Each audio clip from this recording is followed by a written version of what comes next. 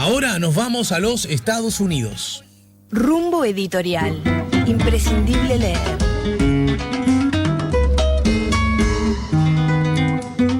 Pues nos ayuda a poner la mañana en camino Marise Etlin Caro, justamente la autora de la quinta columna nazi en el Uruguay, que ya llega a su segunda edición y que está editado por Rumbo Editorial. Allí en Indiana, Estados Unidos, nos ayuda a poner la mañana en camino desde allí. Hola, buen día y bienvenida, Marise. Oh, muchas gracias. Muy agradecida de que me den esta oportunidad de hablar de este tema que al final se hace un poco de obsesión, ¿no? Bueno, uno se pone a leer y quiere aprender más y más y más. Bueno, muchas gracias por darme esta oportunidad.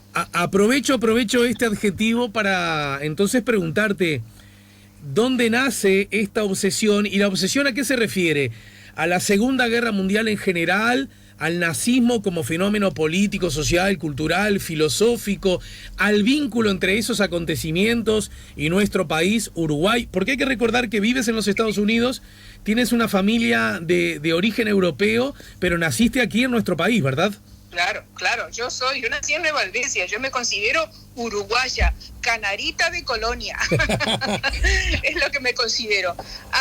Lo que ha pasado sobre el interés de los nazis es que siempre tuve interés de saber por qué había suizos en Uruguay, cuál era la razón por la cual nuestra familia terminó en Uruguay.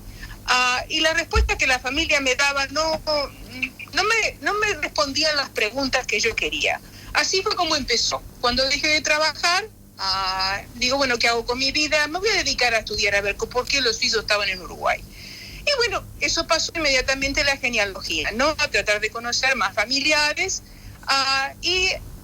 Durante la niñez había tenido pequeñas experiencias relacionadas al nazismo, pero ¿qué sabía yo de niña lo que era aquello?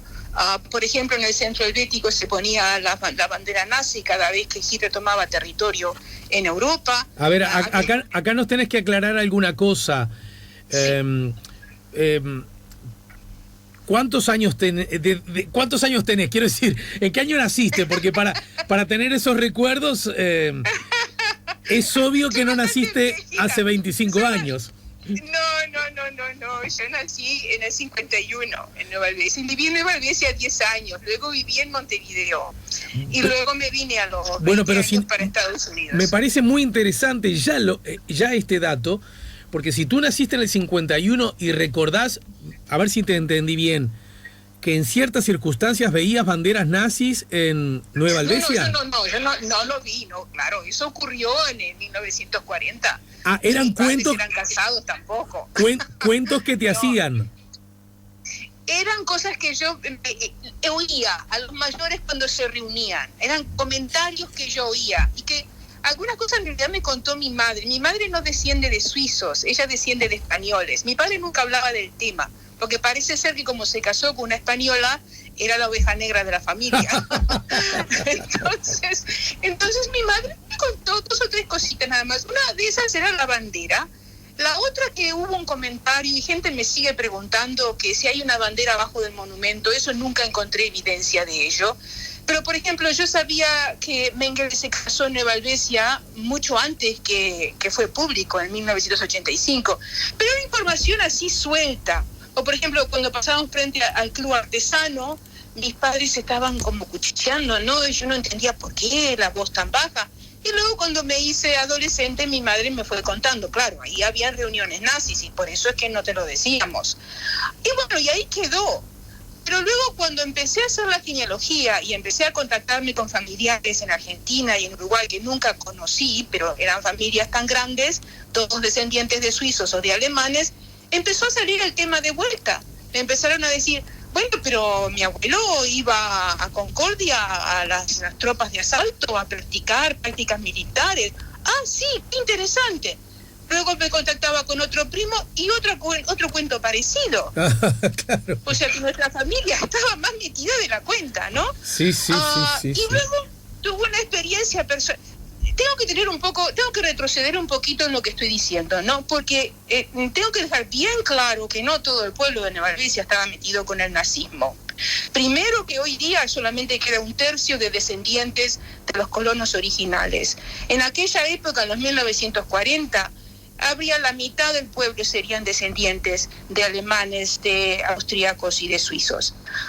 O sea que ya de entrada la mitad del pueblo no tenía nada que ver con los nazis. Y del resto que quedaba, no todos los suizos estaban metidos con los nazis. O sea, era un pequeñito porcentaje y por desgracia me tocó enterarme que algunos de mis miembros, de unos familiares de mi familia, estaban metidos en ello. Marice, de todos modos, déjame hacer esta observación solo con el fin de que si es equivocada tú la corrijas.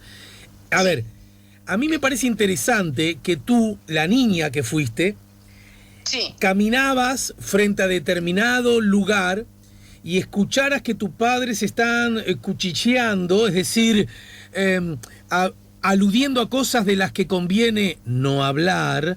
Claro, pero una vez, y acá lo que me parece interesante, una vez terminada la guerra, quiero decir, me parece muy interesante porque hay una mirada un tanto romántica e ingenua acerca de que terminó la guerra y se terminó el nazismo y los nazis. No. Lo que pasó es, lógicamente, fue una vergüenza para esa familia, fue una vergüenza cuando Hitler termina la guerra y se enteran de lo que Hitler había hecho en los campos de concentración. Claro. Una de las cosas que me fascinó a mí es como que Hitler llegó al poder, porque originalmente el partido nazi era de la clase media. Hitler llegó al poder porque un 15% del partido era de la élite, llegó al poder con el dinero de la élite, no de la clase media. O sea, seguían siendo antisemitas y anticomunistas, ¿no? Pero el 85% del partido en 1930 eran de la clase, ellos apoyaban la clase media y protestaban que sus jóvenes no podían ir a la universidad como iban los ricos. Claro. O sea, eso para mí fue fascinante enteramente. Entonces me pregunto, ¿qué acerca de la gente de Nueva Albesia? Capaz que esta gente también era igual, capaz que tenían esta ideología de que el partido... ¿Aló? ¿Aló? A ver, vamos a escuchar un poquito de música, a ver si retomamos el contacto de esta preciosísima charla. Reserva el derecho de admisión y me a ver, ahora estamos de vuelta. ¿Estás ahí? Porque estuvimos unos 15 segundos sin escucharte, ¿sabes? ¡Qué pena! Y justo fueron los 15 segundos donde dijiste el número de la lotería que iba a salir. Ya.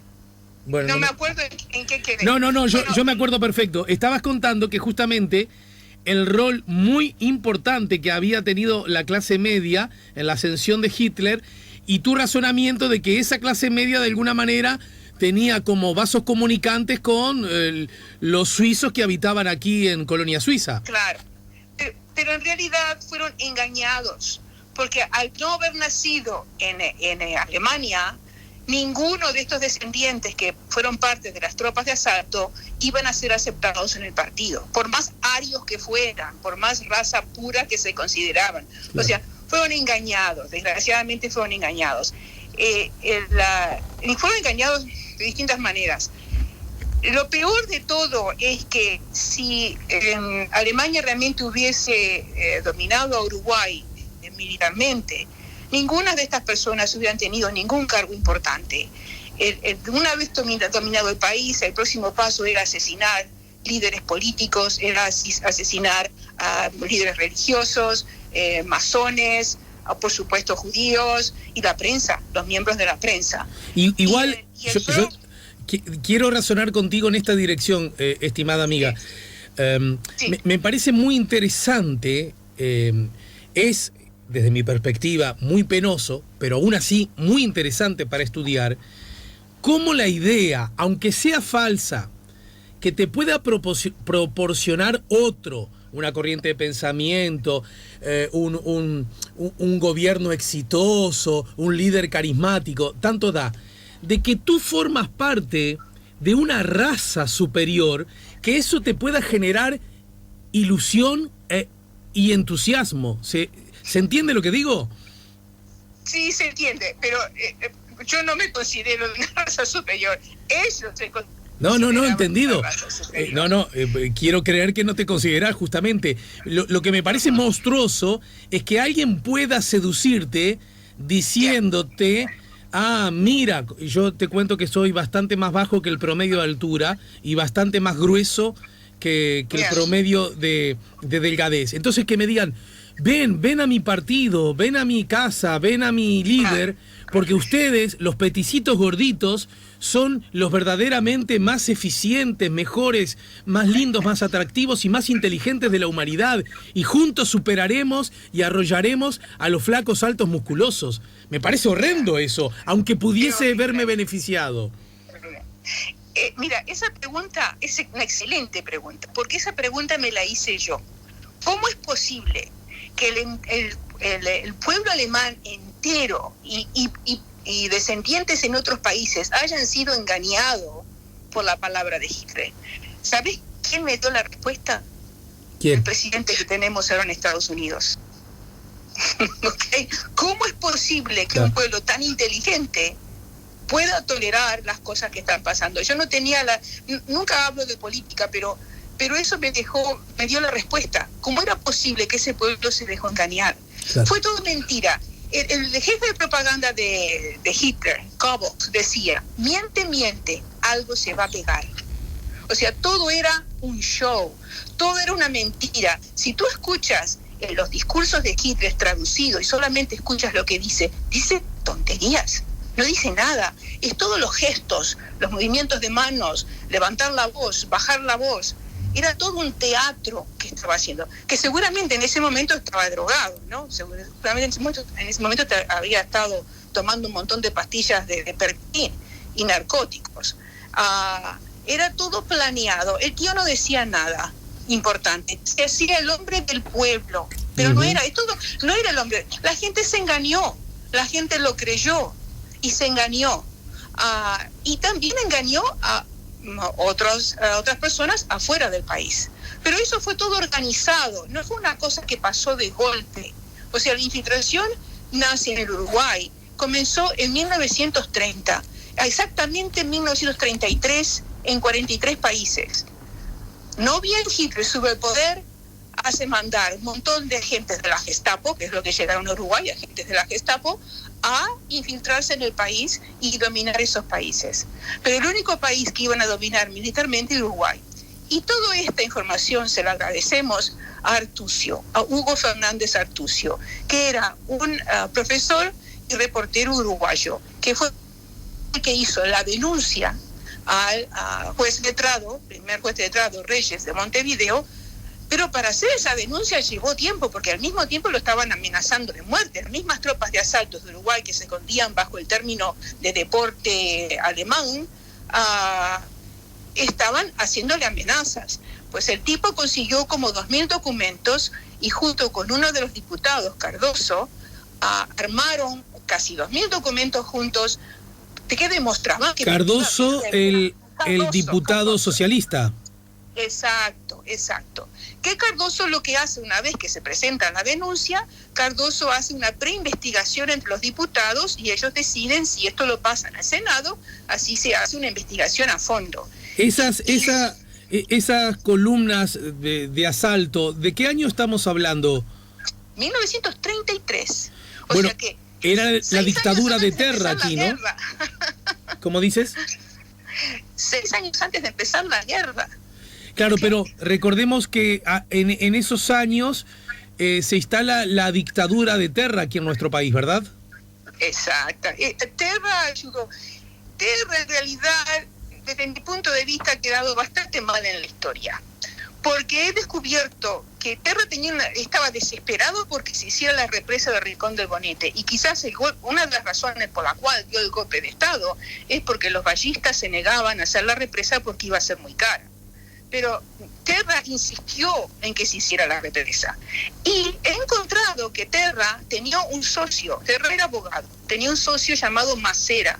Macera representaba a 2 de las compañías italianas que fueron parte de CONSAR, el congreso que fue aceptado para edificar la represa. La tercera pedido llamado a licitación, ganó este consorcio alemán, que fue algo muy raro, porque la comisión investigadora nuestra, del Parlamento nuestro, descubrió que hubo sobornos, que la propuesta británica nunca llegó, de repente, así desapareció el avión de golpe en el aire, nadie, nunca llegó. O sea que no estoy segura, pero eso es un gran indicador de que por qué Terra tenía tanto interés en la represa cuando la represa iba a costar tanto. Uh-huh. Y creó mucho daño. Yo no me quiero meter en la parte política, porque de la manera como dio el golpe de Estado participaron los blancos y los colorados, así que no me voy a meter en la política. Pero lo que hizo Terra atrapó al Uruguay económicamente con Alemania. Hay una escritora, María Camao, que a mí me encanta. Yo básicamente a mí me gusta la matemática. Yo enseñé muchos años matemática y es lo que es mi base. A mí me gustan los números. Bueno, y también sabes mucho de alimentarte bien, pues sos nutricionista, ¿no? Sí. Mi título de uruguayo era de dietista, cuando todavía no existía la carrera de nutricionista. Luego en Estados Unidos me hice nutricionista, pero no me gustó. Volví a la universidad y me hice profesora de matemática, pero luego me obligaron a enseñar a alumnos dotados, de algo que yo no quería hacerlo, pero igual me obligaron. O lo haces o se queda sin trabajo, pues vale, a hacerlo entonces. Pero esos chicos me enseñaron. Esos chicos me enseñaron, porque ¿qué pasó con esos chicos? Con mi español siendo mi segunda lengua, yo estaba preocupada. Yo le dije a mi supervisor, yo no puedo enseñar a estos niños porque no voy a poder corregir sus trabajos. Y dice, ya se va a encontrar usted la manera de hacerlo. Entonces, ¿qué hice? Me puse muy cargosa con las referencias. Tienen que darme las mejores referencias y tienen que darme la mejor discusión que puedan sobre las referencias que encuentren. Y en realidad yo aprendí de ellos. Al obligarlos a ellos a hacer eso, yo misma hoy día uso las mismas técnicas que forcé en esos alumnos. Por eso mis libros están llenos de referencias y de datos. Bueno, vuelvo a María Camao. Sí. ¿Qué descubre María Camao? María Camao decide comparar la importación a Uruguay de Inglaterra, Estados Unidos y Alemania. La importación de Inglaterra era más o menos la misma. Había aumentado un poquito, y estoy hablando entre los años 1920 a 1940, 1926 a 1940. Entonces, María Camao descubre que la importación de Estados Unidos bajó de golpe cuando quebró la bolsa de valores en el 29, ¿no? Sí. Y luego repuntó un poquito, pero vuelve a bajar de golpe en 1937. Y en ese mismo momento, la importación de productos de Alemania aumenta en forma dramatical. La gráfica va para arriba de una forma enloquecedora. ¿Qué había ocurrido?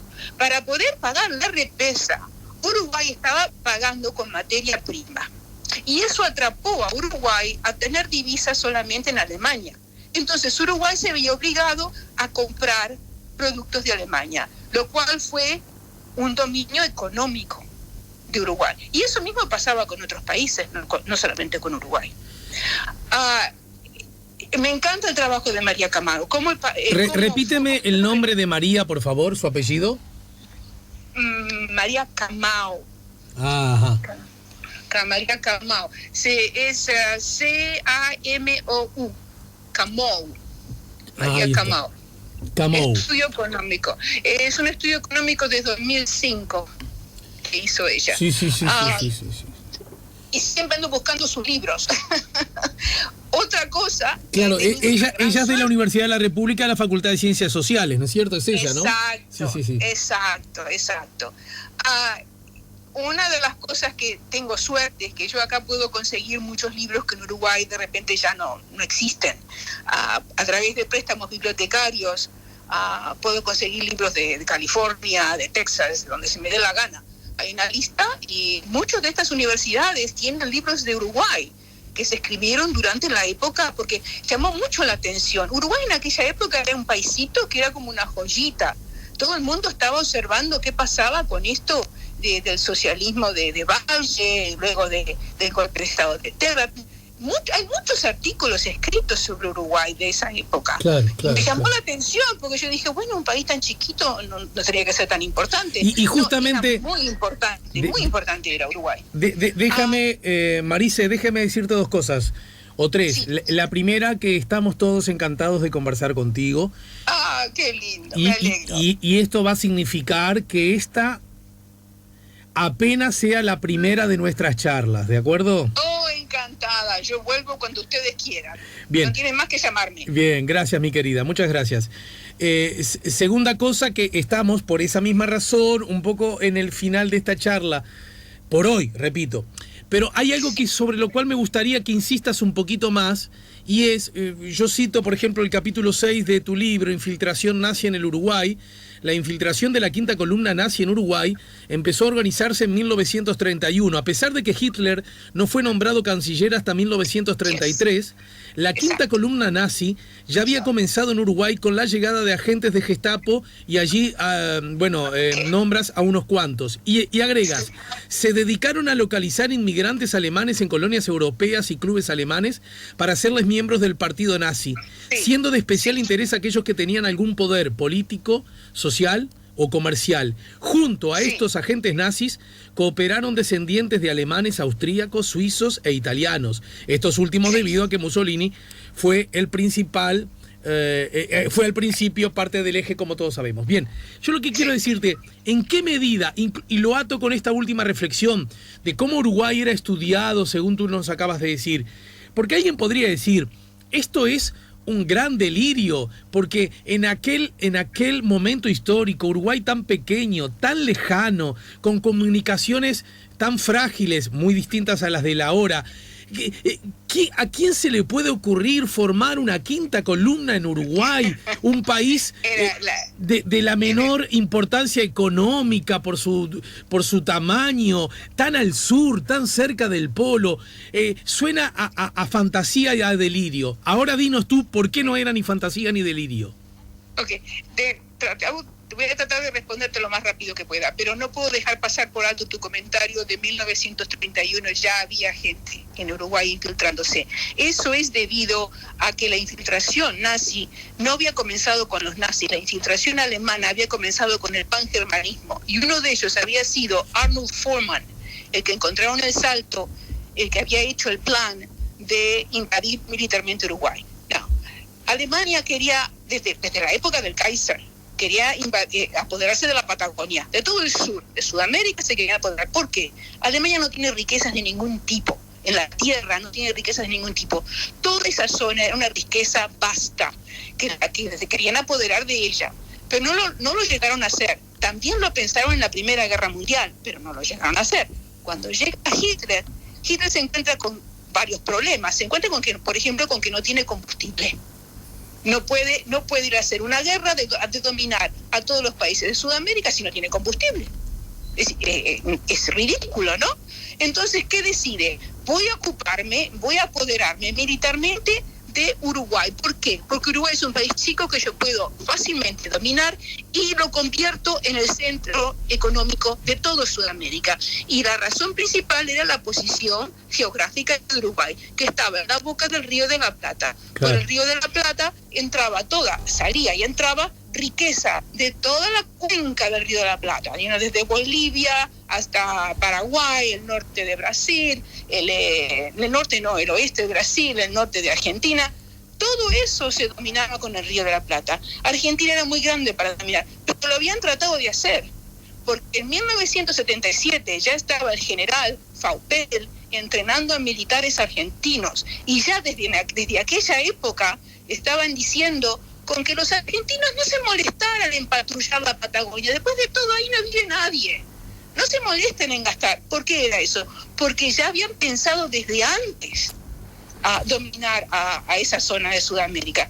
Faupel es una de las primeras personas que llama a Hitler cuando es canciller, lo llama a que venga a Alemania, a dirigir el Instituto Panamericano. Ahí Faupel desarrolla un montón de mapas, uno de ellos que está en el libro, que dividen a Sudamérica en 5 sectores. O sea, todo esto está coordinado. Cuando uno estudia Faupel, también tiene que estudiar la Guerra Civil Española, por ejemplo. Pero no me voy a ir por ese camino. Lo que te digo es que Sudamérica era sumamente importante para Alemania. La zona sur de Sudamérica era sumamente importante para Alemania. Pero claro, no lo pudieron hacer. Y luego, cuando tratan de hacerlo, los gauchos nuestros divinos del parlamento nuestro dijeron, ustedes quieren dominarnos, vamos a estudiar esto un poquito, a ver qué es lo que ustedes quieren hacer con nosotros. Y Uruguay fue quizás el único país que dijo, no nazis, no señores, acá no los queremos a ustedes, váyanse. Incluso hubieron demostraciones de estudiantes de la universidad, que están también en el libro, con fotos diciendo, afuera los nazis, no queremos a los nazis aquí. Escribían en las paredes, no queremos a los nazis. Pero todo eso se escondió, todo eso desapareció por 2 décadas. Nadie sabe del tema. A mí me llama la atención que la gente me dice, pero ¿y cómo es que pasó eso en Uruguay? ¿Dónde está eso escrito? Entonces cuando le empiezo a nombrar los libros, sí, está escrito acá y allá. Lo que yo escribo es lo que yo repito como loro lo que he estado leyendo. Claro que trato de buscar las fuentes primarias y las fuentes originales. Artucio tuve la suerte de haber sido el primer libro que lo conseguí acá en Estados Unidos, pero hay otros que han sido fundamentales para el trabajo que he hecho, porque hay mucho cuento en Uruguay que se esconde, claro, que no se dice. Claro. Y bueno, una cosa ha llevado a la otra, pero Uruguay fue muy importante y era el único país que le interesaba a Hitler dominar militarmente. El resto de Sudamérica iba a ser un dominio económico y ya lo estaba dominando económicamente. Es interesante que en esta segunda edición, la primera edición se publicó en Estados Unidos, la segunda edición encontré un artículo escrito en inglés por Laferre. Laferre en realidad era un agente de la SIS, que era antiguamente la CIA. Uh-huh. El hombre presenta el resto del plan, o sea, en Salto se encontró el plan militar de dominar Uruguay, que eran 4 o 5 páginas. El resto del plan eran como 20 páginas, y era el dominio económico de Latinoamérica. ¿Cómo lo iban a hacer? Lo iban a hacer a través de una guerra económica en contra de Estados Unidos, de los aliados, de Estados Unidos, de Canadá y los países aliados. ¿Cómo lo iban a hacer? Por ejemplo, si iban a comprar un producto, una materia prima de Sudamérica, la iban a pagar el 50% más que lo que pagaba Estados Unidos, cosa que se la vendieran a Alemania y no a Estados Unidos. Luego, si ellos vendían un producto a Sudamérica, lo iban a vender de 8 a 19% menos que lo que podía cobrar Estados Unidos. Claro, y que era algo que lo podían hacer perfectamente, porque en aquella época estaban usando el trabajo forzado de alemanes, no de judíos, en campos de concentración, porque al principio eran alemanes que estaban en campos de concentración. Y eso es una parte de la historia que nadie habla de ello. Hagamos esto. Hagamos esto porque además, conforme vamos charlando, van surgiendo preguntas del público. Sí, y por supuesto esto es imposible que se agote en una única charla. Y además quiero ser honesto contigo, mi querida Marise, quiero aprovecharte literalmente, teniendo en cuenta el lugar donde vives desde hace tantos años. ¿Cuánto hace que estás radicada en los Estados Unidos? 46 años, pero eso no cambia a las personas. Lo que uno mama no lo pierde nunca, ¿eh? No te adelantes. No, porque como Estados Unidos está a pocas horas de vivir una instancia electoral de alta importancia, también me gustaría alguna referencia tuya sobre ese acontecimiento. En todo caso, reagendamos un próximo encuentro, pero déjame antes decirte que bueno, que hay muchos mensajes agradeciendo tu aporte. La confusión, porque apenas tú dijiste el nombre de la profesora, yo pensé enseguida en María Camus, así como le decimos. Yo no sé cómo se pronuncia. Camus, ¿verdad? Porque es un apellido, creo, de origen francés, Camus, así que, o Camus, pero en todo caso... yo creo que es economista. Ahí está, y lo digo para que el público también pueda ubicarla a través de las redes, etcétera. Perfecta la corrección, yo lo dije tal cual se lee. Bien, no, y en todo caso un buen dato, este casi un dato de revista de chismes, es que es prima, mirá qué increíble, estoy seguro que... De la propia Carmen, que es la editora de tu libro, qué increíble, ¿no? Sí, ella me lo contó eso, porque lo primero que le mencioné es que admiraba a esta persona, y me dice, si es prima mía. Claro, aquí la conocemos como Camus. Bueno, si te parece bien, lo único que quiero es recordarles al público que es un formidable libro que además de una calidad de impresión extraordinario, que ya está en su segunda edición, que se llama La Quinta Columna Nazi en el Uruguay y que está en todas las librerías. Así que mucho éxito, Marise, y muchas gracias por tu tiempo y prometido que nos vamos a volver a encontrar más temprano que tarde, ¿de acuerdo? Muy bien, perfecto. Muchísimas gracias por la oportunidad. Un placer hablar contigo. Dinos simplemente, ¿estás en el estado de Indiana? ¿En qué ciudad, si se puede saber? Estoy en Carmel, estoy al norte de Indianápolis. Es un pueblo chico, Carmel, muy pintoresco. Ahí está. Un pueblo en el que viven ¿cuántas personas? Y ahora mismo tendrán 50.000 personas. Cuando yo vine acá cuando nos mudamos aquí era más de 20 años, eran 20, pero es un suburbio de Indianápolis en realidad. Ahí está. La ciudad de influencia es Indianápolis, probablemente la ciudad más importante de Indiana, ¿no? Exactamente. Que también he hecho estudios históricos sobre esta ciudad y he publicado sobre ello también. Allí no hay mucha gente de origen latino, ¿verdad?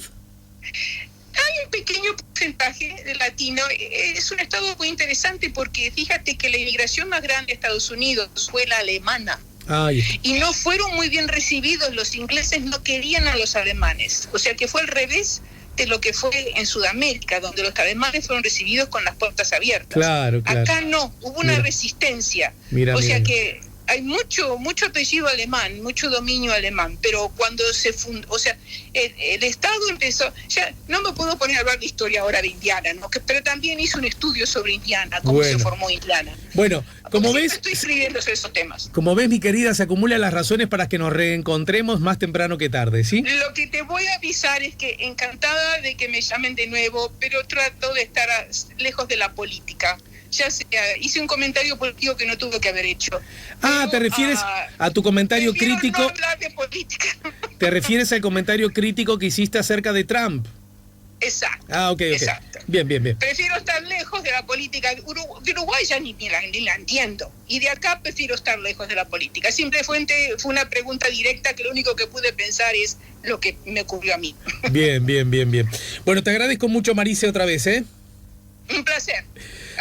Hasta pronto. Marise, ya lo vimos. Marise Etlin Caro es la autora de La Quinta Columna Nazi en Uruguay. Recuerden, es de Rumbo Editorial y ya está en todas las librerías. Rumbo Editorial. Imprescindible leer.